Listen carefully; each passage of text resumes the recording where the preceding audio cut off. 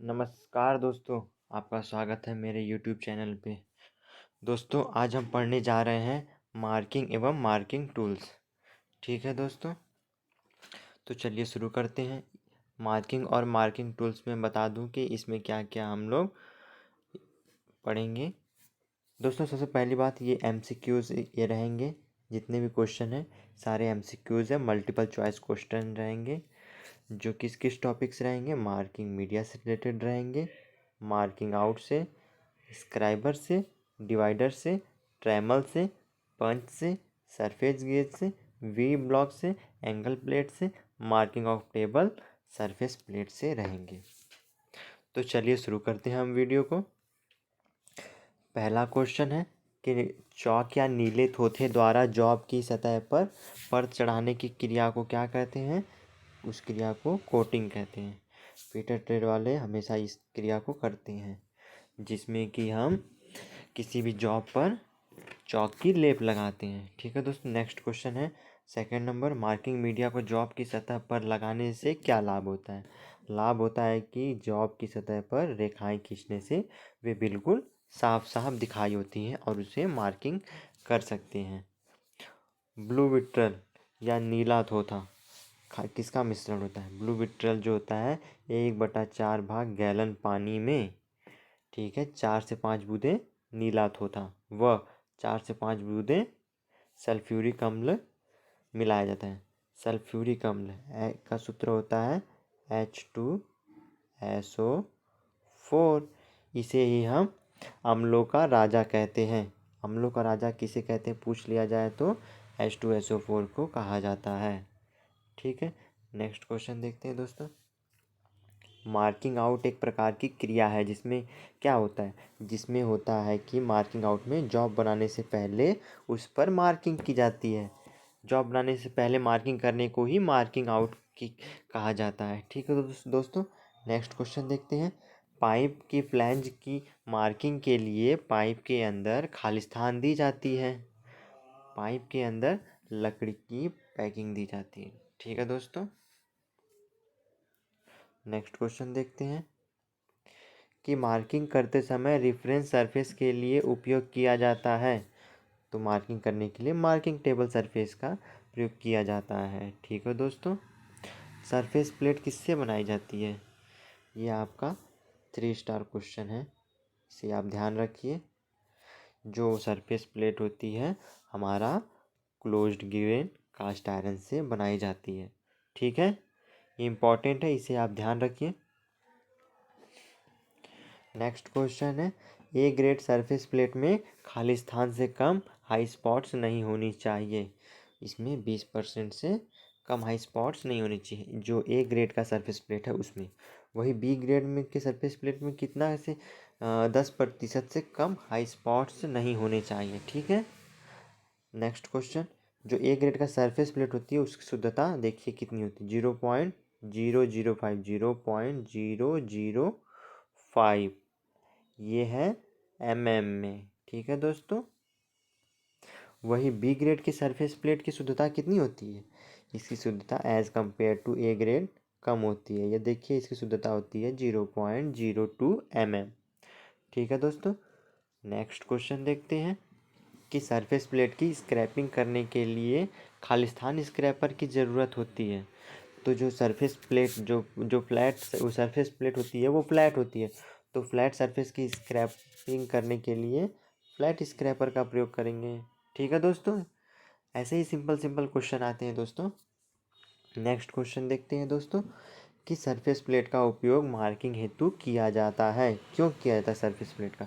क्योंकि marking tool आसानी से स्लाइड करते हैं, इसलिए सरफेस प्लेट पर मार्किंग हेतु किया जाता है। ठीक है, नेक्स्ट क्वेश्चन देखते हैं 14 नंबर कि इनमें से कौन सा गुण ग्रेनाइट सरफेस प्लेट का नहीं है? जो ग्रेनाइट सरफेस प्लेट का गुण नहीं है वह है कि इस पर स्क्रैच पड़ जाने से बर निकल जाते हैं। ठीक है, और इसके गुण क्या क्या ये भी ध्यान रखिए कि ये अच्छा परिशुद्ध रहता है। ठीक है, हाई फिनिशिंग, और इस पर जंग नहीं लगता है। जो जो ग्रेनाइट सरफेस होती है इस पर जंग नहीं लगता है, अच्छा एफिशिएंसी रहता है, शुद्ध रहता है, और ऊष्मा और ताप का प्रभाव नहीं पड़ता है। दोनों इस क्वेश्चन से हमें 2 चीज़ जानने को मिल रहा है कि इसके क्या क्या देखिए उसमें क्या क्या गुण है और क्या क्या नहीं है। ठीक है, गुण याद रख लिए कि अच्छी परिशुद्धता देती है और जिसमें जंग नहीं लगता है और उसमें ताप का प्रभाव नहीं पड़ता है ग्रेनाइट सरफेस पे। वही है इसका जो गुण नहीं है कि इस पर स्क्रैच पड़ जाने से बर निकलते हैं। ठीक है, नेक्स्ट क्वेश्चन की तरफ चलते हैं।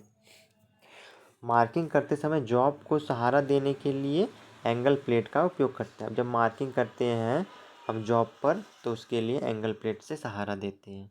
ठीक है दोस्तों, एंगल प्लेट की धातु क्या होती है, अब ये भी मोस्ट इम्पॉर्टेंट है कि एंगल प्लेट की धातु क्या होती है। ये कास्ट आयरन की बनी होती है, जिसे कभी कभी एग्जाम में क्लोज्ड ग्रेन कास्ट आयरन भी पूछ दिया जाता है।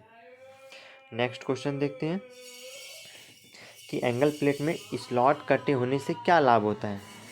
एंगल प्लेट में स्लॉट कटनी होने से ये लाभ होता है कि उसमें किसी भी जॉब की होल्डिंग किया जा सकता है। ठीक है, ये गलत होगा। ठीक है, गोल जॉब को सहारा देने के लिए या जॉब को क्लेम कर सकते हैं। ये देखिए इसका सही आंसर हो जाएगा जॉब को क्लेम करने के लिए। ठीक है दोस्तों, नेक्स्ट क्वेश्चन देखते हैं 18 नंबर का कि एंगल प्लेट की पीछे की ओर रिब बनाने का उद्देश्य क्या होता है। ठीक है, एंगल प्लेट जो होती है उसमें रिब बना होता है। रिब बनाने क्या, मजबूती व सपोर्ट के लिए, क्योंकि वो सपोर्ट देती है। ठीक है दोस्तों, नेक्स्ट क्वेश्चन देखते हैं। एंगल प्लेट का साइज लिया जाता है, किससे लिया जाता है एंगल प्लेट का साइज। उसका साइज अगर कोई पूछ दिया है एग्जामिनर कि किससे लिया जाता है, तो उसका साइज जो होता है उसकी लंबाई से लिया, जो भी उसकी लंबाई है साइज एंगल प्लेट की और उसकी चौड़ाई जितनी है उसी से उसका साइज लिया जाता है। ठीक है, नेक्स्ट क्वेश्चन की तरफ चलते हैं। वी ब्लॉक का प्रयोग किया जाता है। जो वी ब्लॉक होते हैं ये ज़्यादातर टर्नर ट्रेड में उपयोग होता है, जो गोल जॉब को सहारा देने के लिए किया जाता है, जिसका कोण होता है वो 90 डिग्री में बना होता है। ठीक है, वी ब्लॉक, क्योंकि आप देख रहे होंगे कि वी ब्लॉक, ये देखिए वी, तो इसमें क्या होते हैं ये 90 डिग्री में होते हैं।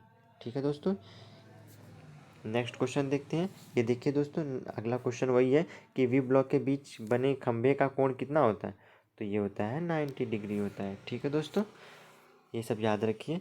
नेक्स्ट क्वेश्चन चलते हैं दोस्तों कि वी ब्लॉक निम्न ग्रेड में उपलब्ध होते हैं। जो वी ब्लॉक होते हैं दो ग्रेड में होते हैं, ए और बी ग्रेड में पाए जाते हैं। ठीक है, जो बी ग्रेड वाला वी ब्लॉक होता है वो किससे बने होते हैं, वो कास्ट आयरन से होते हैं बने होते हैं, या क्लोज्ड ग्रेन कास्ट आयरन से भी बने होते हैं। ठीक है दोस्तों, नेक्स्ट क्वेश्चन है वी ब्लॉक का उपयोग किया जाता है, किस लिए उपयोग किया जाता है वी ब्लॉक का। तो वी ब्लॉक का उपयोग सरफेस चेक कर रफनेस चेक करने के लिए, ये बिल्कुल नहीं है। फ्लैट सरफेस को शुद्धता चेक करने के लिए नहीं है। गोल जॉब का बार का सेंटर निकालने के लिए बिल्कुल नहीं। तो ये क्या हो जाएगा इसका आंसर, इनमें से कोई नहीं, क्योंकि वी जो ब्लॉक होता है वो क्या होता है गोल जॉब को सहारा देने के लिए, क्योंकि जो वी ब्लॉक होते हैं उनको गोल जॉब का सहारा देने के लिए क्या है, न कि सेंटर निकालने के लिए किया जाता है, क्योंकि वो सहारा देंगे फिर उससे टूल्स के द्वारा उसका सेंटर निकाला जाता है। तो इसलिए इसका आंसर हो जाएगा इनमें से कोई नहीं। ठीक है दोस्तों, नेक्स्ट क्वेश्चन चलते हैं। देखिए स्क्राइबर्स के क्वेश्चन आ गए हैं, ये स्क्राइबर्स टॉपिक चालू हो गया है, तो चलिए शुरू करते हैं। क्वेश्चन है हमारा कि स्क्राइबर किसका बना होता है। स्क्राइबर जो होते हैं हाई कार्बन स्टील के बने होते हैं। स्क्राइबर बता दूँ तो एक ऐसी एक ऐसा टूल है जो जॉब पर मार्किंग करने के लिए उपयोग किया जाता है। जैसे हम कोई लकीर खींचना है या फिर किसी पे चिन्ह लगाने हैं, संकेत बनाने, तो उसके लिए हम स्क्राइबर का प्रयोग करते हैं। ठीक है दोस्तों, अब देखिए नेक्स्ट क्वेश्चन है कि स्क्राइबर और जॉब की सतह के बीच खाली स्थान डिग्री का कोण होना चाहिए। ठीक है, तो इसका कोण होना चाहिए जॉब की सतह, यहाँ देखिए दोस्तों ध्यान रखिए स्क्राइबर और जॉब की सतह के बीच जो कोण होना चाहिए वो 30 से 35 डिग्री का कोण होना चाहिए। ठीक है, अगर पूछ दिया जाए कि स्क्राइबर का कटिंग स्क्राइबर को कितने कितने डिग्री में ग्राइंड किया जाता है, तो ये हो जाएगा आपका 12 से 15 डिग्री में ग्राइंड किया जाता है। ठीक है, नेक्स्ट क्वेश्चन तरफ चलते हैं। ये देखिए दोस्तों, ये है आपका क्वेश्चन पूछ दिया गया है कि स्क्राइबर का पॉइंट किस कोण पर ग्राइंड होता है। तो स्क्राइबर का जो पॉइंट होता है मैंने बताया ना कि उसका जो पॉइंट होता है 12 से 15 होता है, 7 से 12 नहीं होता है। 12 कैसे याद रखेंगे कि दोपहर के 12 बजते हैं तब हमारे प्रैक्टिकल चालू होते हैं। ठीक है, सुबह में कोई प्रैक्टिकल नहीं करता है। जैसे 12 बजे तो क्या होते हैं हम लोग फीटर ट्रेड वाले, तब जाके उनका प्रैक्टिकल चला, तो 12 से 15 हो गया। नेक्स्ट क्वेश्चन देखते हैं दोस्तों कि लेथ मशीन पर जॉब को सेंटर में बांधने के लिए, तो जॉब को सेंटर में बांधते समय चेक करने के लिए सरफेस गेज के साथ स्क्राइबर का प्रयोग किया, तो होता है बैंड स्क्राइबर। बैंड स्क्राइबर जो होता है एक स्ट्रेट रहता है और एक साइड इसका बैंड रहता है हल्का। ठीक है दोस्तों, ये जो स्क्राइबर होता है वो एक स्ट्रेट लाइन में होती है जिसमें स्क्राइबर के पॉइंट बने होते हैं।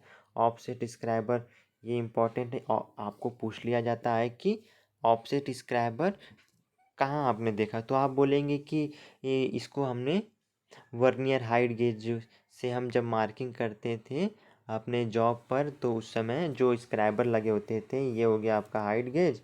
ठीक है, तो इसमें जो ये लगे होते थे यही होते थे आपके ऑफसेट स्क्राइबर। ठीक है दोस्तों, आपने भी कभी ना कभी मार्किंग किया होगा तो आपने देखा होगा। तो चलिए नेक्स्ट क्वेश्चन देखते हैं। ये देखिए नेक्स्ट क्वेश्चन ही वही है कि वर्नियर हाइट गेज मार्किंग करते समय प्रयोग में लाया जाता है, तो ये ऑफसेट स्क्राइबर प्रयोग में लाया जाता है। नेक्स्ट क्वेश्चन देखते हैं दोस्तों, स्क्राइबर के किस भाग को हार्ड व टेम्पर करते हैं, तो स्क्राइबर का जो पॉइंट वाला भाग होता है उसे ही हार्ड व टेम्पर किया जाता है। ठीक है, नेक्स्ट क्वेश्चन देखते हैं 31वां नंबर कि स्क्राइबर का इस्तेमाल किया जाता है, कहाँ किया जाता है, मार्किंग करने के लिए स्क्राइबर का प्रयोग करते हैं। नेक्स्ट क्वेश्चन देखते हैं दोस्तों कि सीधी लाइन खींचने के लिए क्या प्रयोग किया, सीधी लाइन खींचने के लिए हम स्क्राइबर का प्रयोग करते हैं। नेक्स्ट क्वेश्चन देखते हैं दोस्तों कि डिवाइडर का प्रयोग किया जाता है, जो डिवाइडर होते हैं जॉब पर वृत्त या चाप खींचने के लिए। ये देखिए ये डिवाइडर हो गया, ये डिवाइडर हो गया, जॉब पर वृत्त व चाप खींचने के लिए इसका प्रयोग किया जाता है। नेक्स्ट क्वेश्चन देखते हैं दोस्तों, डिवाइडर का साइज खालिस्तान से लिया जाता है। ठीक है, जो डिवाइडर होती है उसका रिवेट से लेके उसका जो पॉइंट होता है ये पॉइंट तक उसका साइज को लिया जाता है। ठीक है दोस्तों, नेक्स्ट क्वेश्चन देखते हैं कि डिवाइडर किस धातु की बनी होती है, जो डिवाइडर होती है वो हाई कार्बन स्टील की बनाई जाती है। ठीक है दोस्तों, नेक्स्ट क्वेश्चन देखते हैं कि लाइन को बराबर भागों में विभाजित करने के लिए प्रयोग में लाया जाता है, तो लाइन को बराबर भागों में विभाजित करने के लिए हम डिवाइडर का प्रयोग करते हैं, तो इसका आंसर हो जाएगा option number B. Next question देखते हैं, डिवाइडर की दोनों लेग होती है, जो दोनों लेग होती है वो नुकीली होती है। नेक्स्ट ये देखिए दोस्तों, यहाँ से ये भी इम्पोर्टेंट क्वेश्चन है। देखिए ट्रेमल आ गया, ट्रेमल को तो आप जानते होंगे कि ट्रेमल ऐसा उपकरण है जो कि बड़े वृत्त जो होते हैं, बड़े वृत्त जब क्या होते हैं कभी कभी बड़े वृत्त खींचने होते हैं, जैसे हम तो एक मिनट दोस्तों, हम डिवाइडर का प्रयोग तो कर लेते हैं छोटे जॉब के लिए, लेकिन अब कहीं कहीं जॉब बनानी है, मार्किंग करनी, तो बड़े बड़े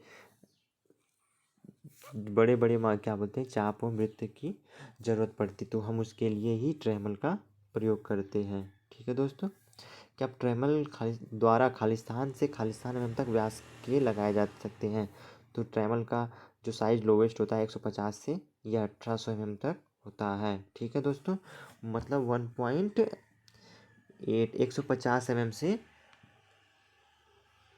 1800 mm तक होता है।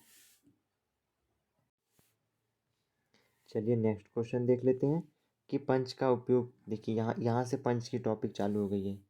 यहाँ से पंच पंच क्या होता है कि जैसे कोई डॉट या फिर कोई निशान बनाने के लिए, जैसे छोटा पॉइंट या फिर ड्रिलिंग करने के लिए या फिर किसी चिन्ह को दर्शाने के लिए या फिर मार्किंग करते समय है मार्किंग लाइनों को परमानेंट टेम्परेरी करने के लिए डॉट डॉट डॉट लगाए जाते हैं, तो वो उसके लिए पंच का प्रयोग किया जाता है। अब देख लेते हैं कौन कौन से पंच होते हैं। देखिए क्वेश्चन है कि डॉट पंच का कौन होता है, ये डॉट लगाने के लिए, जैसे कि ड्रिलिंग के लिए तो हम सेंटर पंच का प्रयोग करते हैं। ठीक है, जो 90 डिग्री का होता है। ठीक है, और ये होते हैं डॉट लगाने के लिए 60 डिग्री के कोण का बना होता है जो पंच, वो डॉट पंच होता है। अगला क्वेश्चन है, ये देखिए कि ड्रिलिंग करते समय ड्रिल के सेंटर में बिठाने के लिए जो पंच होता है उसे ही सेंटर पंच कहा जाता है। सेंटर पंच का कोण होता है 90 डिग्री, डॉट का होता है 60 डिग्री और प्रिक पंच का होता है 30 डिग्री का। ठीक है, जो डॉट पंच होता है इसको हम लाइन को दिखे इसलिए पंच करते हैं। जब फीटर ट्रेड में हम मटेरियल एमएस प्लेट में जो लकीर खींचते थे स्क्रैबर से, उसके बाद हम उसको डॉट डॉट करते थे, वो डॉट पंच का उपयोग करते थे। ठीक है, नेक्स्ट क्वेश्चन है कि पंच का साइज दर्शाया जाता है, कि उस पंच का साइज कैसे दर्शाएंगे, कि क्या कैसे उसको बताएंगे कि ये पंच का साइज है।